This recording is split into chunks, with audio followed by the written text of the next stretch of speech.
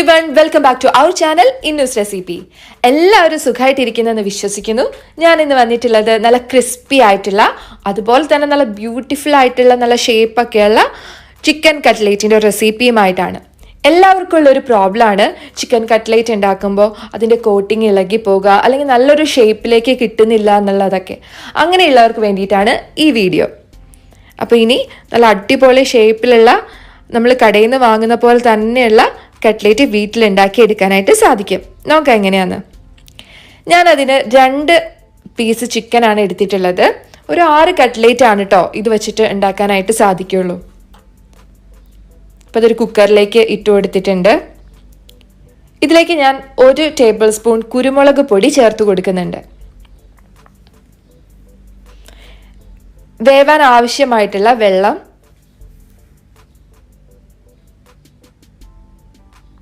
അതുപോലെ കുറച്ച് ഉപ്പ്,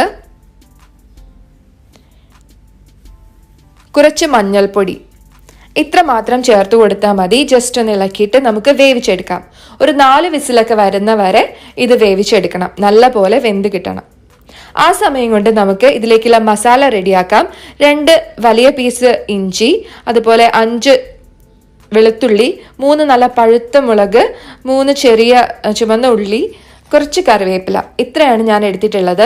അത് മിക്സിയുടെ ചെറിയ ജാറിലേക്ക് ഇട്ട് കൊടുക്കുകയാണ്. ഇഞ്ചി കുറച്ച് കൂടുതലുള്ളതാണ് കട്ട്ലേറ്റിന് എപ്പോഴും ടേസ്റ്റ് കൊടുക്കുക, കുറച്ചും കൂടി കൂടുതൽ കൊടുക്കുക. അതുപോലെ ഈ ഒരു മസാലയ്ക്ക് വേണ്ട എരിവ് മൊത്തം ഈ ഒരു 3 പഴുത്ത പച്ചമുളകാണ് കൊടുക്കുന്നത്. ഞാൻ എക്സ്ട്രാ മുളക് പൊടി ഒന്നും ചേർക്കുന്നില്ല കേട്ടോ. ഇതിലേക്ക് കുറച്ച് പെരുംജീരകം കൂടി ചേർത്ത് കൊടുക്കുന്നുണ്ട്. എന്നിട്ട് ഇതൊന്ന് ജസ്റ്റ് ക്രഷ് ചെയ്തെടുക്കാം.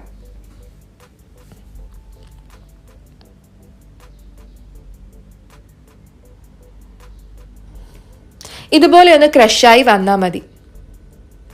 ഇനി നമുക്കിത് പ്ലേറ്റിലേക്ക് മാറ്റാം. പ്ലേറ്റിലേക്ക് ഈ മിക്സ് വെച്ചിട്ടുണ്ട്. അതുപോലെ കുറച്ച് കറിവേപ്പില, ഒരു സവാള, ഒരു വലിയ സവാള കുത്തി അരിഞ്ഞത് വളരെ ചെറുതായിട്ട് അരിഞ്ഞെടുക്കാം.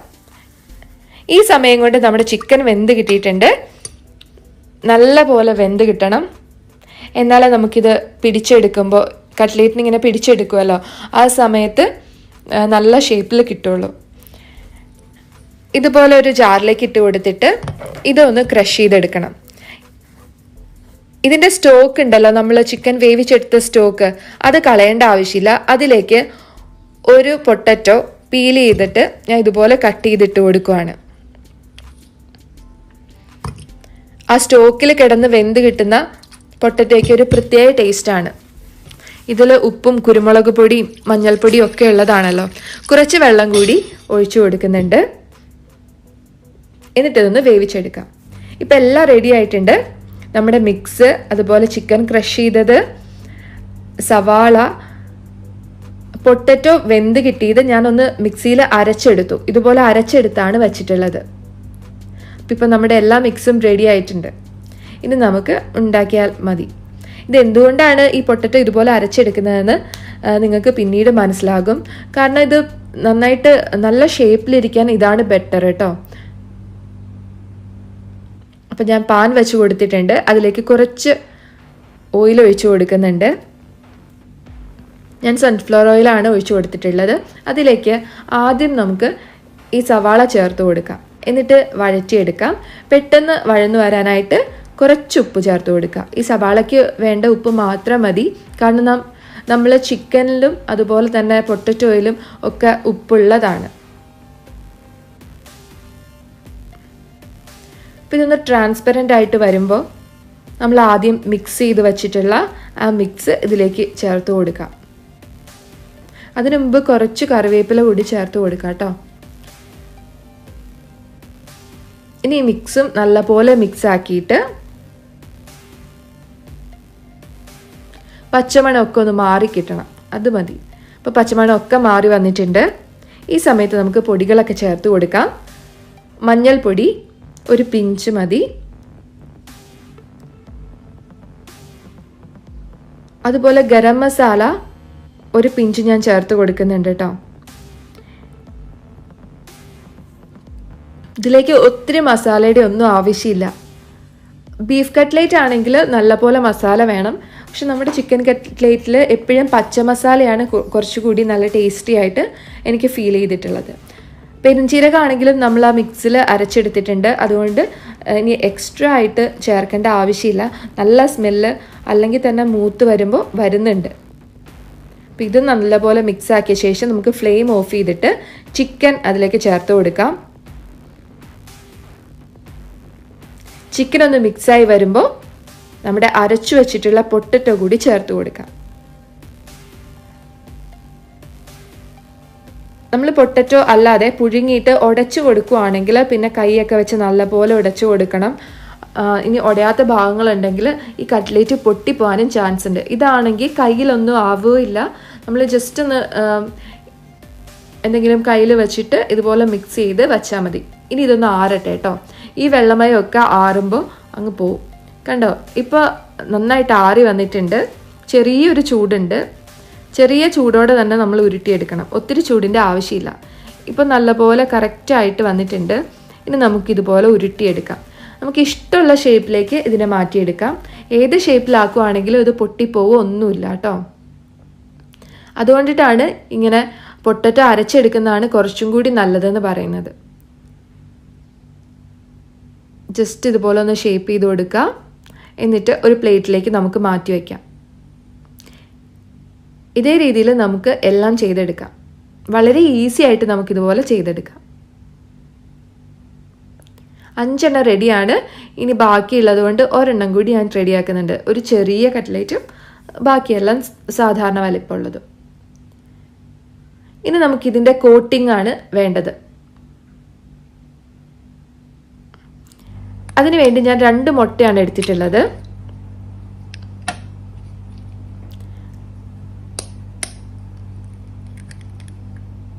ഈ മുട്ട നല്ല പോലെ ഒന്ന് അടിച്ചു കൊടുക്കണം. ഇതിലേക്ക് കുറച്ച് ഉപ്പ് ചേർത്ത് കൊടുക്കാം. അതുപോലെ 1 ടേബിൾ സ്പൂൺ കോൺഫ്ലോർ ആണ് ചേർത്ത് കൊടുക്കുന്നത്. ഇതിൻ്റെ കോട്ടിങ് നല്ല ക്രിസ്പി ആയിട്ട് നിൽക്കാൻ വേണ്ടി ഈ കോൺഫ്ലോർ ഹെൽപ്പ് ചെയ്യും. അപ്പം നല്ലപോലെ അതും അടിച്ചെടുത്തിട്ടുണ്ട്. എന്നിട്ട് ലെഫ്റ്റ് ഹാൻഡ് വെച്ചിട്ടാണ് ഞാൻ ഇത് മുക്കി കൊടുക്കുന്നത്. എന്നിട്ട് റൈറ്റ് ഹാൻഡ് വെച്ചിട്ട് ബ്രെഡ് ക്രംസിൽ പൊതിഞ്ഞെടുക്കുക. അങ്ങനെ ചെയ്യുമ്പോൾ കയ്യിൽ ആവില്ല, അല്ലെങ്കിൽ മൊത്തത്തിൽ ഫുള്ള് ഈ ക്രംസൊക്കെ കൂടി അങ്ങ് കുഴഞ്ഞിട്ട് വൃത്തികേടാവും. ഇതാവുമ്പോൾ ക്ലീനായിട്ട് നമുക്ക് റെഡിയാക്കി എടുക്കാൻ പറ്റും. അപ്പോൾ ഇതുപോലെ ഒന്ന് കോട്ട് ചെയ്ത് കൊടുക്കുക. ഇവിടെ ഞാൻ യൂസ് ചെയ്തിരിക്കുന്ന ബ്രെഡ് ക്രംസ് അല്ല കേട്ടോ. എൻ്റെ കയ്യിൽ ബ്രെഡ് ഉണ്ടായിരുന്നില്ല. അപ്പോൾ റസ്ക് ഉണ്ടായിരുന്നു. അപ്പോൾ റസ്ക് പൊടിച്ചിട്ട് ജസ്റ്റ് ഒന്ന് റോസ്റ്റ് ചെയ്തെടുത്തു പാനിലിട്ട്. ആ ഒരു പൊടിയാണിത്. ഇതുപോലെ എക്സസ് ആയിട്ടുള്ളതൊക്കെ ഒന്ന് മുട്ടി കൊടുക്കുക. ഇപ്പോൾ ഒരു കോട്ടിംഗ് ആയിട്ടുണ്ട്. ഇനി എന്താ ചെയ്യേണ്ടതെന്ന് വെച്ച് കഴിഞ്ഞാൽ ഒന്നുകൂടി നമ്മൾ ഈ മുട്ടയിൽ മുക്കിയെടുക്കണം. അപ്പോൾ അതിനാണ് പറയുന്നത് ഡബിൾ കോട്ടിംഗ് എന്ന്. ഇങ്ങനെ ഡബിൾ കോട്ടിങ് ചെയ്തെടുക്കുകയാണെങ്കിൽ എന്ത് ചെയ്താലും, ഇപ്പോൾ നമ്മൾ താഴെ ഒന്ന് ഇട്ടാൽ കൂടി അതിൻ്റെ കോട്ടിങ് ഇളകി പോവില്ല. നമ്മൾ കടയിൽ നിന്ന് വാങ്ങുന്ന അതേ ഒരു ടെക്സ്ചറിലോട്ട് നമ്മുടെ ഈ കട്ട്ലേറ്റ് വരും. അപ്പം ഞാൻ രണ്ടാമത് ഒന്നുകൂടി കോട്ട് ചെയ്ത് കൊടുക്കുകയാണ്.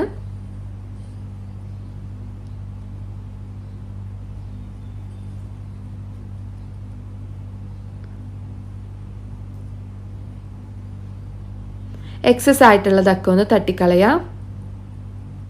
കണ്ടോ, നല്ല ക്ലീൻ ആയിട്ട് വന്നിട്ടുണ്ട്. നല്ല ഷേപ്പിൽ ക്ലീനായിട്ട് നമ്മുടെ ഒരെണ്ണം റെഡി ആയിട്ടുണ്ട്. ഇതുപോലെ എല്ലാം നമുക്ക് റെഡിയാക്കി എടുക്കാം.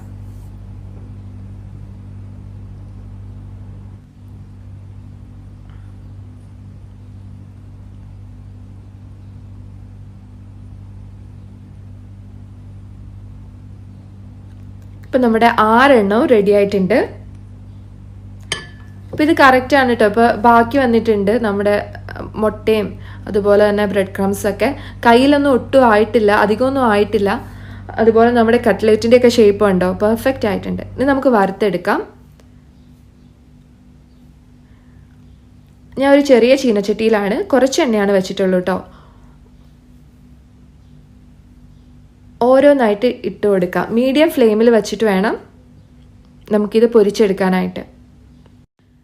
എണ്ണ കറക്റ്റ് ചൂടായിട്ടുണ്ടോ എന്ന് അറിയാൻ വേണ്ടിയിട്ട് ഒരു തരി ബ്രെഡ് ക്രംസ് അതിലേക്ക് ഇട്ട് കൊടുത്താൽ മതി എണ്ണയിലേക്ക്. അപ്പോൾ പെട്ടെന്ന് തന്നെ ഇങ്ങനെ അത് പൊരിഞ്ഞ് റോസ്റ്റായിട്ട് ഇങ്ങനെ വരുന്നുണ്ട് എന്നുണ്ടെങ്കിൽ കറക്റ്റ് പാകാന്നാണ് അതിൻ്റെ അർത്ഥം. പിന്നെ നമുക്കിത് തിരിച്ചൊക്കെ ഇട്ട് പൊരിച്ചെടുക്കാം. ഈ ഒരു കളർ വന്നാൽ മതി, ഈ ഒരു കളർ വരണം. ഓക്കെ, ഈ രീതിയിൽ നമുക്ക് എല്ലാം പൊരിച്ചെടുക്കാം.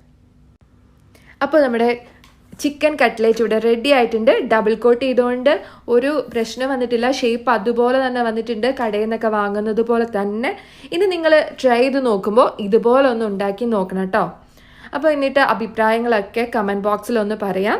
നോട്ടിഫിക്കേഷൻ ബെൽ അമർത്താൻ മറക്കരുത്. ഇതുവരെ ചാനൽ സബ്സ്ക്രൈബ് ചെയ്തിട്ടില്ലെങ്കിൽ പ്ലീസ് സബ്സ്ക്രൈബ് മൈ ചാനൽ. അടുത്ത ഒരു അടിപൊളി വീഡിയോയുമായി കാണുന്നവരേക്കും bye bye, take care. Thank you for watching Innas recipe.